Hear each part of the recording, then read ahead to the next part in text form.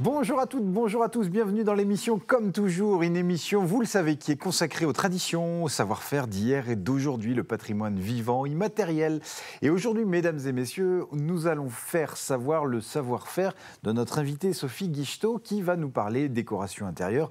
On va parler culture d'image, encadrement, conseils pour habiller nos murs. Et tiens, mesdames et messieurs, si on écrivait sur les murs et qu'on encadrait le tout, par exemple. Sur les murs, le nom de ceux qu'on aime, des messages pour les jours à venir. On écrit sur les murs à l'encre de nos veines, on dessine Non, tout ce il ne que l'on s'agit pas voudrait vraiment dire. d'écrire sur les murs d'écrire sur les murs, mais pourquoi pas encadrer nos écritures, comme je le disais, mesdames et messieurs. Eh bien, préparez-vous à être transportés dans un univers où l'art de vivre et l'art de l'âme se rencontrent, où chaque détail devient une déclaration et chaque espace une œuvre. Car, mesdames et messieurs, notre invitée Sophie Guichetot est une magicienne aux mains d'or, véritable alchimiste du décor, poétesse des murs, magicienne des espaces. Finalement, elle a la compo dans l'œil et transforme le quotidien en spectacle. Diplômée des beaux-arbres, chercheuse d'hors-champ, souffleuse d'idées, architecte d'intérieur, elle ne se contente pas de mettre des cadres autour des tableaux, non, elle sculpte des atmosphères, tisse des liens invisibles entre architecture et émotion.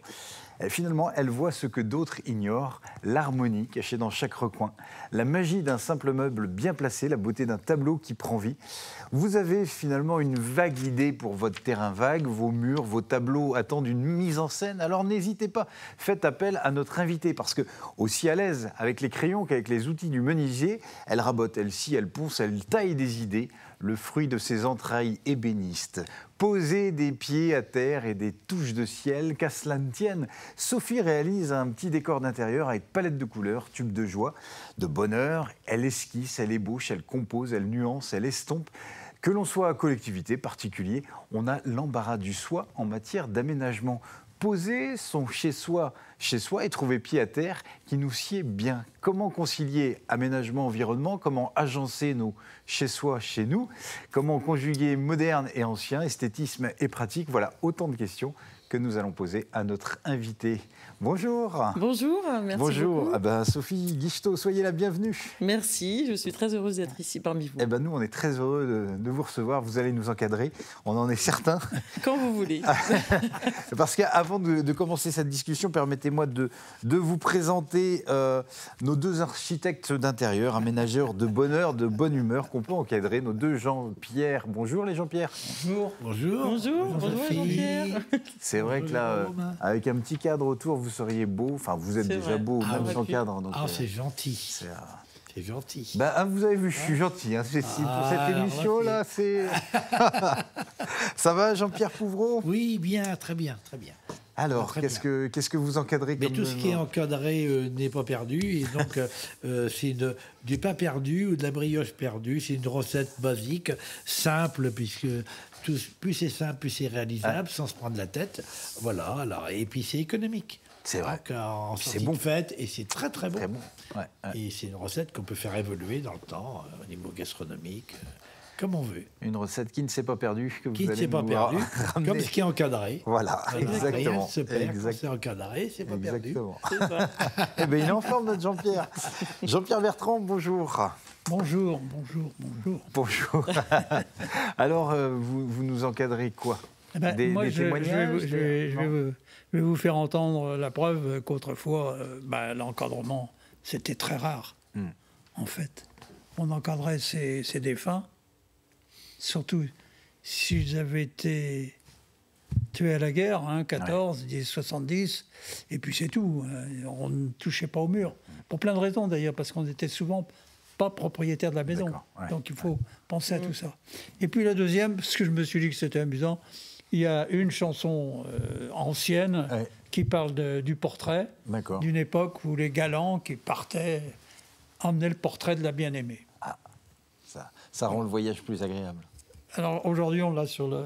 Ah oui, c'est vrai, on l'emmène sur notre téléphone. Ouais, c'est vrai. On écoutera ça et on verra ça dans un instant. Sophie, Cadréa, c'est quoi exactement Cadréa? Alors Cadréa, c'est une franchise, un réseau Ouais. de magasins qui existe depuis 30 ans aujourd'hui. Et c'est une grande famille, vraiment, très très sympa. Et c'est tout ce qui concerne l'encadrement. Au départ, c'était que sur mettre en avant un... Alors, vous allez encadrer son téléphone. J'avais coupé. Ah ben, vous aviez coupé. Mais... Non, mais répondez en direct, Jean-Pierre. Vous... Ah, si, désolé. Tu vas te faire encadrer. Ah, si, on va pas pouvoir t'encadrer. C'est apéro obligatoire, là. Là, c'est apéro obligatoire. Qu'est-ce qu'il ferait pas pour se faire remarquer, lui? Ah, autant pour moi. Donc, une franchise. Voilà, donc c'est une franchise. En fait, aujourd'hui, dans le réseau, il y a 13 magasins. Il y en a eu jusqu'à 28. Et on est 2 franchisés seulement pour l'instant. Donc ça va se développer de plus en plus dans les années qui vont arriver. Ouais. Et le but premier, c'est de mettre en avant et de protéger déjà l'œuvre. L'encadrement, c'est pour protéger les œuvres. Donc on est sur des choses précieuses. On peut être sur des choses très précieuses. Très précieuses. Tout à fait. Ouais. C'est très précieux financièrement, mais c'est très précieux sentimentalement, en général. Voilà. Les gens aiment bien, c'est des souvenirs, c'est des masques qu'on ramène de Venise, c'est le premier encadrement que j'ai fait, par exemple, c'est une combinaison de surf qu'une personne a gagné, un vendeur commercial a gagné parce qu'il a fini premier de tout le réseau. Et du coup, là, on a fait une grande vitrine d'1,80 m sur 70 de large. Mais ça peut être, vous voyez, un petit trèfle à 4 feuilles comme ça, qu'on nous ramène d'Irlande et on le met dans un joli cadre entre 2 verres avec plein de techniques différentes qui permettent de vraiment cibler et personnaliser l'encadrement en fonction du client. Sur mesure? Alors, il y a du sur-mesure, il y a du standard.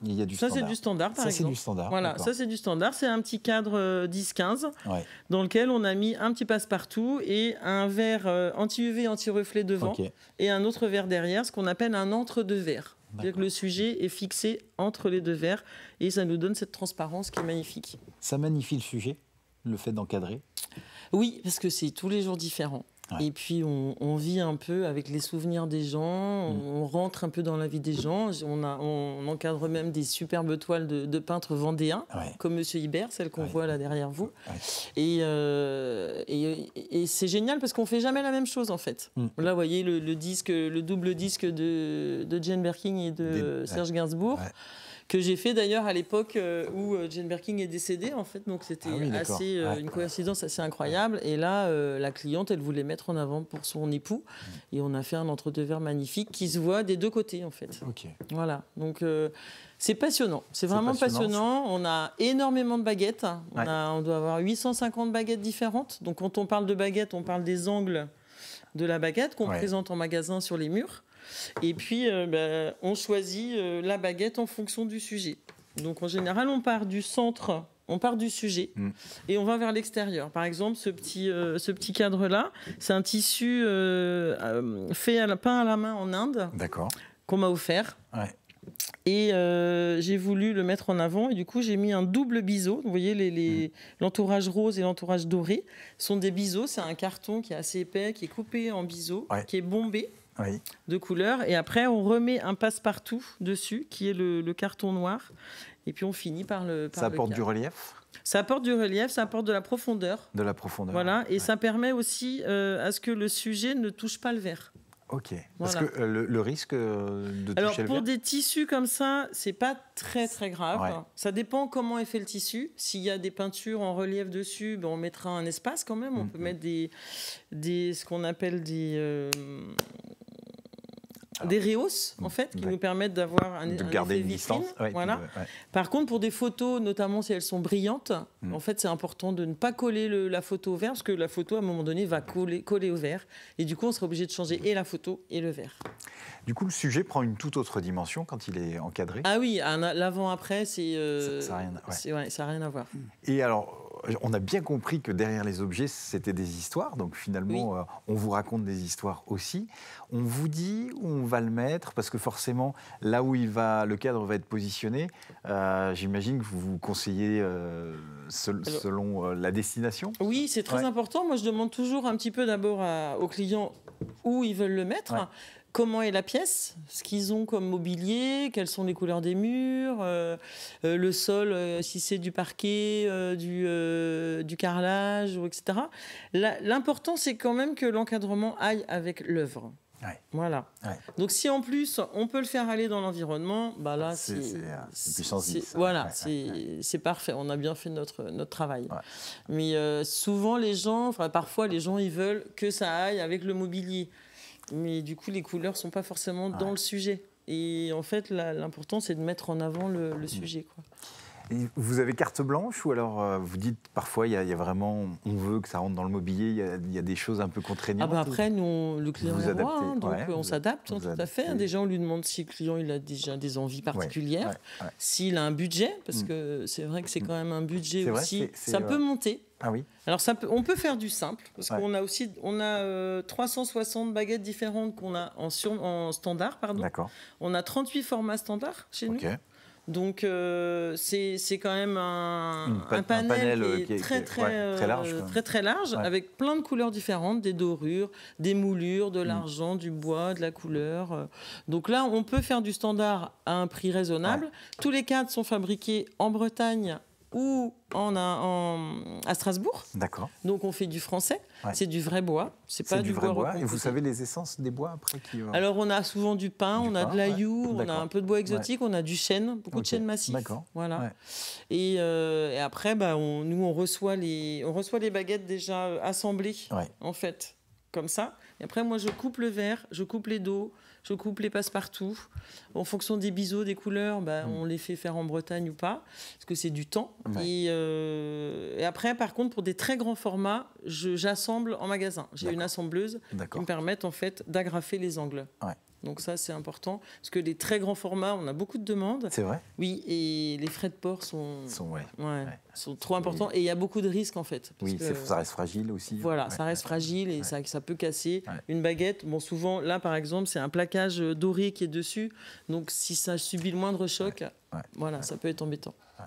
Les délais sont importants? Alors là, on est plus sur des délais d'un mois, à savoir que, en fonction de la période, on priorise pour Noël, par exemple, on va prioriser Noël. Si les gens ont une date butoir, on fait au maximum pour satisfaire le client. En général, on est quand même sur 10-15 jours. D'accord. Et en forte affluence, on peut passer à 3 semaines, un mois. D'accord. Voilà. On ne l'a pas précisé, vous êtes à La Roche? Oui, je suis à La Roche-sur-Yon, entre la place Napoléon et la place Jacques Chirac. D'accord. Voilà. Bon, très bien. Ouais. On va marquer une petite pause, on va passer à table. On va encadrer la recette du pain perdu avec un cuisinier. Jean-Pierre Pouvreau, c'est à vous, on passe à table. Bon, alors voilà une recette simplissime, comme d'habitude, qui peut se faire rapidement. On peut la modifier au gré de ses goûts également. Alors bon, il faut prendre on parlait de baguette, il faut prendre une baguette au levain de pain rassis.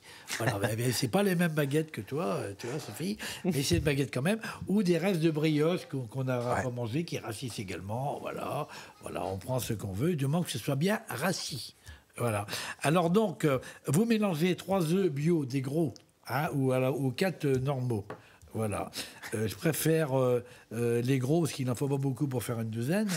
On rajoute donc 70 grammes de sucre, 60 centilitres de lait, un peu de fleur d'oranger. Moi, j'adore la fleur d'oranger. C'est un petit peu à la mode dans le Marais breton vendéen, la fleur d'oranger. Donc, ça a été la mode, mais c'est pour ça qu'il faut en reparler. Il ne faut pas avoir peur de l'utiliser. C'est très, très bon. Ça amène un... il y a un ramage qui est très, très agréable. Bon, voilà, qu'on rajoute dedans. Il faut du beurre salé pour faire revenir l'ensemble. Donc, on bat les œufs, le lait, le sucre en omelette. La fleur d'oranger, le pain on le coupe en miso, pas trop épais quand même, de façon à ce que le pain se nourrisse bien de l'appareil.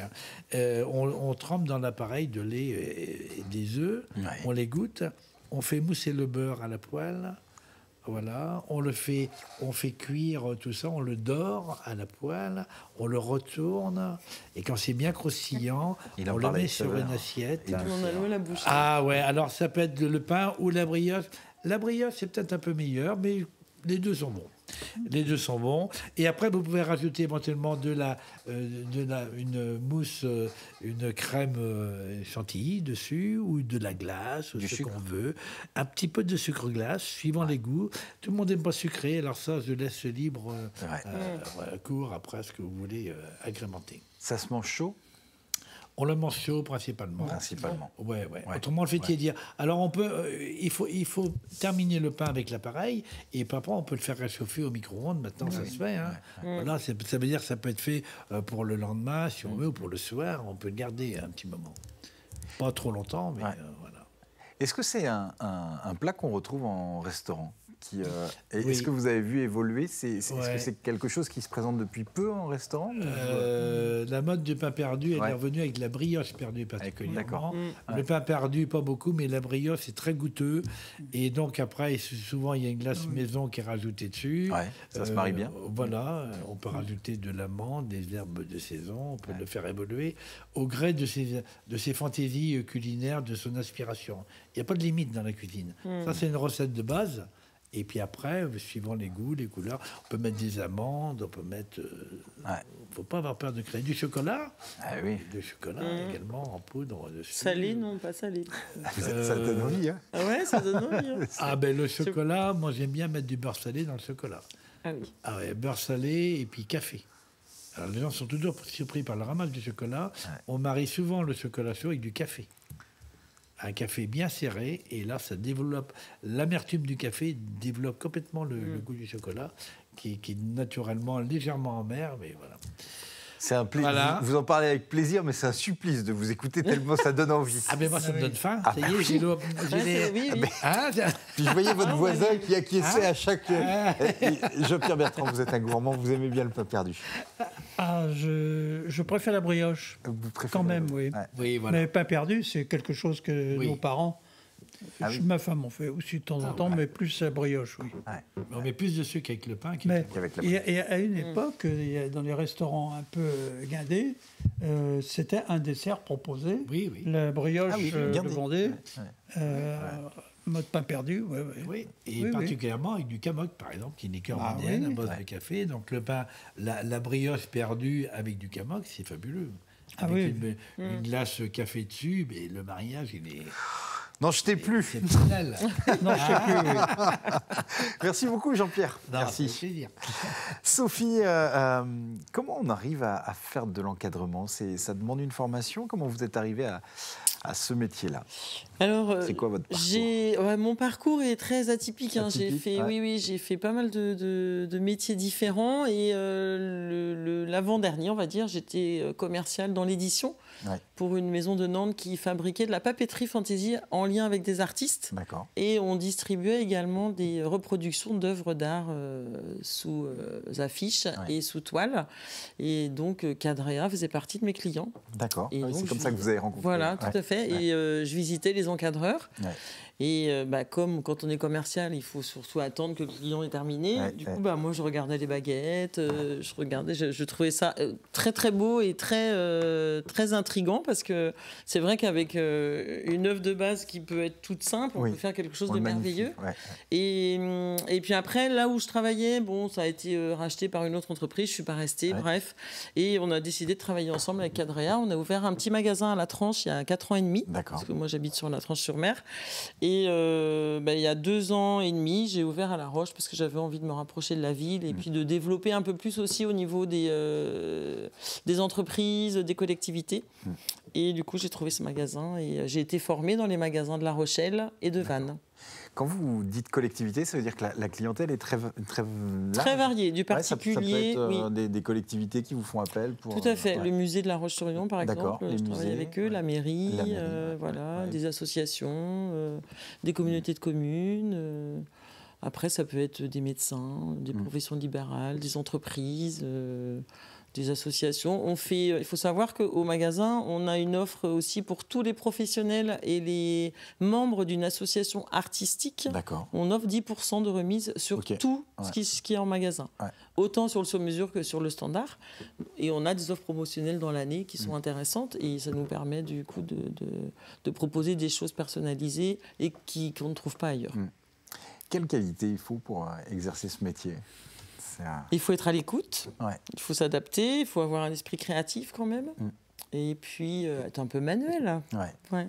Il y a une forte concurrence dans ce milieu-là Non, pas... Est-ce que Internet, par exemple, est un concurrent ou pas forcément, parce que ça demande justement de la relation directe, immédiate, de la discussion, de l'écoute, de l'échange?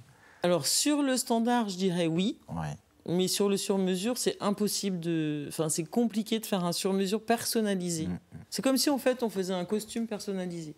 Donc, quand vous allez faire votre costume, on prend les mensurations. Là, c'est pareil, en fait. On part d'un objet, d'un sujet, et puis on fait vraiment en lien avec le souhait du client, avec le budget, avec les goûts, avec ce que nous, on peut proposer en magasin. Donc, le sur-mesure, c'est compliqué de trouver ça sur Internet. Après, le standard, il y a les grandes surfaces aussi. Oui, donc, bon, on peut pas être... On n'a pas les mêmes produits non plus. C'est pas les mêmes gammes. Il y a des gammes pour les grandes surfaces, il y a des gammes pour nos petits magasins. Mais on a un petit peu de concurrence, mais après sur La Roche, on s'entend bien et tout se passe parfaitement bien. Vous avez parlé tout à l'heure d'avoir encadré une combinaison. Est-ce que vous avez eu d'autres réalisations qui vous ont marqué ou qui vous marquent encore aujourd'hui? Écoutez, ma dernière réalisation, là, qui n'est pas encore terminée, mais j'ai un client qui est arrivé l'autre jour au magasin avec un tube en PVC qui était large comme ça, qui faisait 3 mètres de haut. Et là, je me suis dit, waouh! Et en fait, je vous ai envoyé la photo. Elle est passée, je l'ai vue. Elle est passée, en fait, c'est une grande toile. C'est un jeune qui lui a fait une peinture. Ouais. Et c'est une toile qui fait 2,10 m sur 1,80 m. Donc, c'est immense, quoi. Donc, là, on appelle une amie à la rescousse.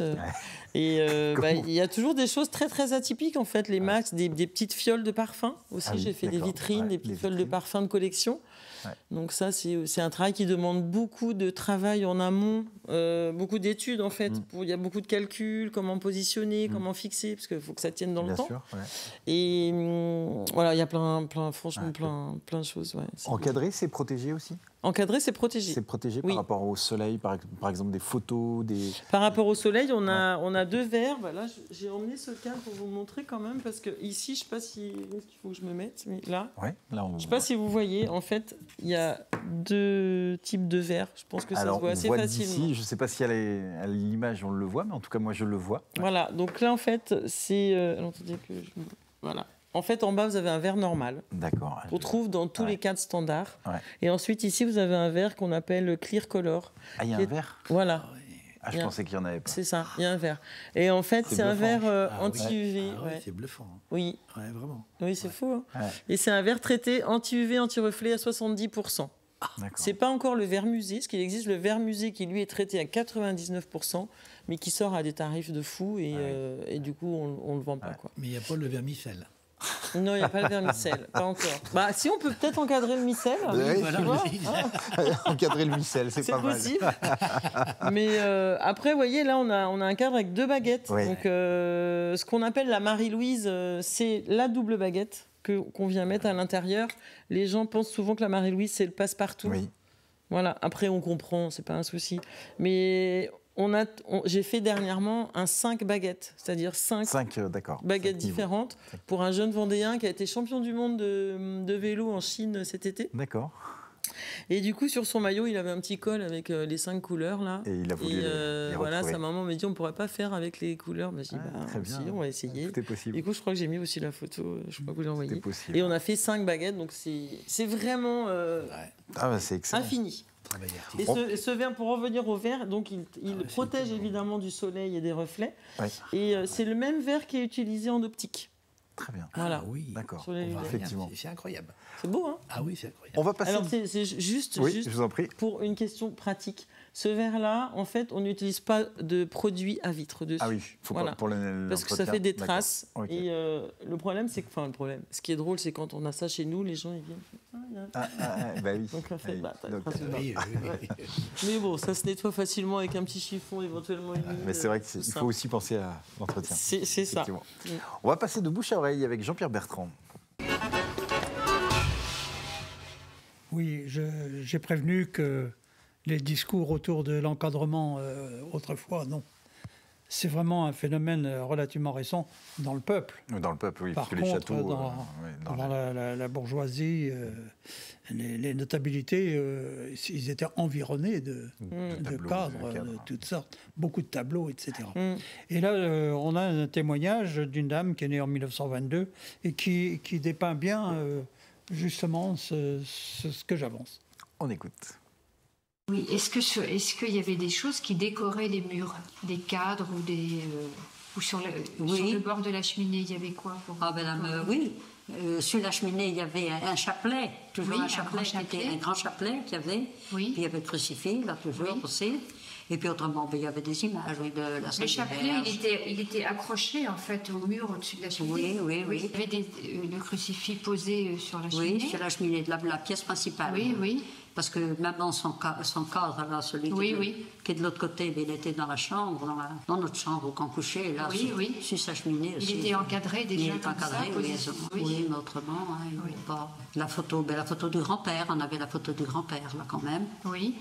Une photo du grand-père pendant la guerre. De mon grand-père, de la guerre de 70. De la guerre de 70. De la guerre de 70.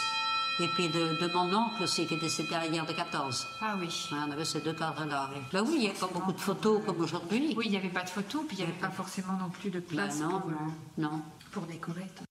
Sans mauvais jeu de mots, on a un peu un cadreur de retard, donc on va conclure cette belle émission sur ce sujet. En tout cas, on a bien compris qu'on pouvait pousser la porte de votre magasin, peut-être même venir avec son cadre et vous découper le verre, c'est aussi possible. Tout à fait. Il faut oser, faut y aller. Il faut y aller, il faut rentrer. En tout cas, vous nous avez compris. Plaisir. Merci beaucoup Sophie, merci beaucoup les Jean-Pierre. Puis on a pour habitude de se dire Abétou, puis on va terminer sur une chanson. Oui, sur une petite chanson qui s'appelle Le Portrait, qui rappelle les guerres du XVIIIe siècle. Une façon de se dire au revoir. Abétou. C'est chanté par Tabdoupaï.